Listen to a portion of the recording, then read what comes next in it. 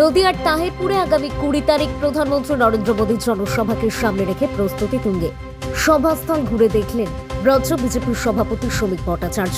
সংবাদ মাধ্যমের মুখোমুখি হয়ে যুব ভারতীতে মেসি আসার ইস্যুতে রাজ্য সরকার ও শাসক দলকে কটাক্ষ করেন তিনি।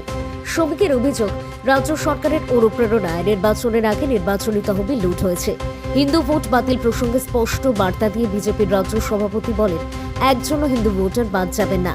সিএর মাধ্যমে অবৈধ ভোটার চিহ্নিত করা হয়েছে, আর বাংলাদেশ থেকে আসা হিন্দু উদ্বাস্তু শরণার্থীরা সবাই ভোটাধিকারের আওতায় থাকবে। রাজ্য সরকারের উচিত রাজ্য সরকারকে শোকজ করা, ক্রীড়ামন্ত্রীকে শোকজ করা। ক্রীড়ামন্ত্রী পৃথিবীর একজন জীবন্ত কিংবদন্তি ফুটবলার এসেছেন, তিনি হয়তো পাশে ছিলেন, কিন্তু বাদবাকি ফুটবলার কোথায় এখনো দেখলাম? প্রসূন ব্যানার্জি কোথায়? হাওড়ার তৃণমূলের সাংসদ হলেও তিনি তো একজন ভারত বিখ্যাত ফুটবলার, দেশের ক্যাপ্টেন ছিলেন, তাকে ডাকেননি। কোথায় সুব্রত ভট্টাচার্য? কোথায় মনোরঞ্জন ভট্টাচার্য? কোথায় প্রশান্ত ব্যানার্জি? কোথায় মিহির বোস? বহু ফুটবলার আছে, কোথায় শিশির? কাউকে তো দেখতে পেলাম না। যারা কোনোদিন গলিতে টেনিস বলে পা দেয়নি, তারা সব চলে গেছেন মেসির কাছে। মানুষের পকেট থেকে টাকা জোর করে ছিনিয়ে নিয়েছে। 300 টাকা, 200 টাকা জলের বোতল, 100 টাকা চিপস, আবার শুনছি লক্ষ লক্ষ টাকা নিয়ে সেলফি তোলা হয়েছে। রাজ্য সরকারের সহযোগিতায়, রাজ্য সরকারের বদান্যতায়, রাজ্য সরকারের অনুপ্রেরণায় নির্বাচনের আগে নির্বাচনী তহবিলের জন্য লুট হয়েছে। শোকজ কাউকে করতে হলে নিজেকেই নিজে শোকজ করুন। হিন্দুদের ভোট বেশি কাটা যাচ্ছে।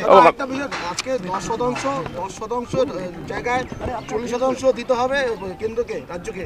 সেই নিয়ে সুব্রত রায় বিলটিকে সিলেক্ট করতে বর্ণনার প্রস্তাব দিয়েছেন। ও সব এখন ওখানে খসড়া তালিকার প্রকাশের দিনই তৃণমূলের হোমওয়ার্ক ভবানীপুরে বিএলওদের নিয়ে আজকে কালীঘাটে বৈঠক করছে। কার বাড়িতে কে কিভাবে রান্না করবে সেটা আপনি আমি ঠিক করবো না। ভোট বাদ গেছে, এটা কি যথাযথ মনে করছেন? নদিয়া জেলায় সীমান্তবর্তী এলাকাতে 2 লক্ষেরও বেশি মানুষের ভোট গেছে। হিয়ারিং হবে, দেখা যাবে। কোনো হিন্দুর উদ্বাস্তুর ভোট বাইরে থাকবে।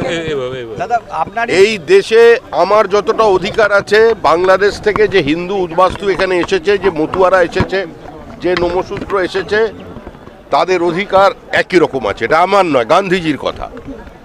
সুতরাং একজন হিন্দু উদ্বাস্তু যারা নিজেদের ধর্ম, নিজেদের সম্ভ্রম, নিজেদের পদবি রক্ষা করবার জন্য আজকে পশ্চিমবঙ্গে এসেছেন, তাদের জন্য সিএর ব্যবস্থা করা হয়েছে। কারোর নাম ভোটার লিস্টের বাইরে থাকবে না। দাদা, আপনার দেওয়া রাস্তা শান্তি উদ্বোধন করছেন পদশ্রী প্রকল্পে, আপনার ল্যাডের টাকার রাস্তা, সেটা মুখ্যমন্ত্রী পদশ্রী প্রকল্পে উদ্বোধন করছেন। আপনার যে ল্যাডের টাকা, সেই ল্যাডের টাকায় একটা রাস্তা হয়েছিল ফুলিয়াতে, কাজও শুরু হয়েছিল। মুখ্যমন্ত্রী পদশ্রীতে কৃষ্ণনগরে এসে তার উদ্বোধন করেছেন, কি বলবেন? মুখ্যমন্ত্রী গুরুজন, তিনি আমাদের রাজ্যের নেত্রী, তিনি রাজ্যের মুখ্যমন্ত্রী, তিনি আমার রাস্তা ভালোবেসে উদ্বোধন করেছেন, এর জন্য আমি কৃতজ্ঞ।